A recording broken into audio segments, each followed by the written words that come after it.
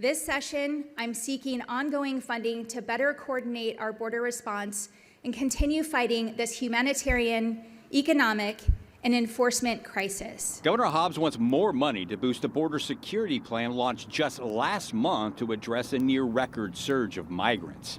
She's asking the GOP-led legislature for roughly $17 million to handle border-related issues, including fentanyl interdiction. So not a lot of it is general fund money. The fentanyl resources we're hoping to get from the opioid settlement. This appears to be one area where the Democratic governor and the GOP-led legislature can find some agreement.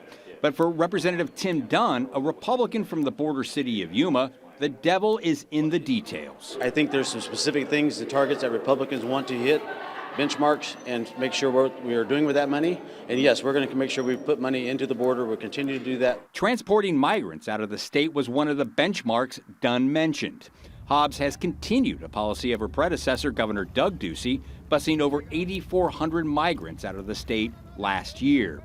House Speaker Ben Toma said it's about time the governor is taking on the border issue. We've been talking about this for years now and sort of screaming for anybody that would be listening to us that this is a major issue. I think it's a good thing that she's asking for it. We're open to having that conversation. Anything we can do to secure a border is going to be priority for us.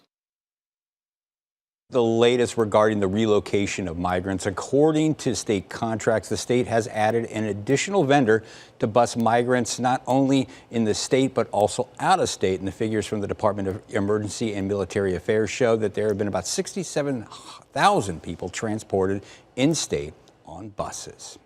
For years, Dennis, we've heard various governors and state lawmakers say the border immigration issues are a federal issue. It's something for the federal government to take care of. So what specifically can the state lawmakers do on their level? What she's wanted to do in this Operation Secure that she announced last month in response to the Lukeville crossing, she wants to add more coordination with local law enforcement so they can handle those issues down there that might arise, work with some NGOs, some charities down there that do those kinds of things. So that's what the kind of where the money is going to be spent. That's where the resources are going to be put, at least from the state level.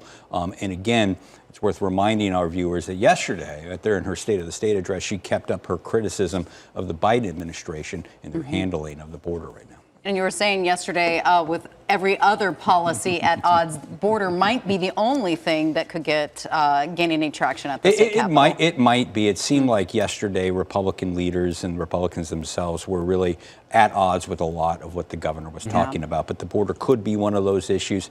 You put a poll, you mentioned a poll at the beginning here of this segment talking about how many Americans think that the border issue is very serious. Well, those kinds of polls, those kinds of numbers get the attention of politicians who then feel like they better act, especially, because there's always an election right around the corner. The governor, to be clear, not up for re-election this year, though.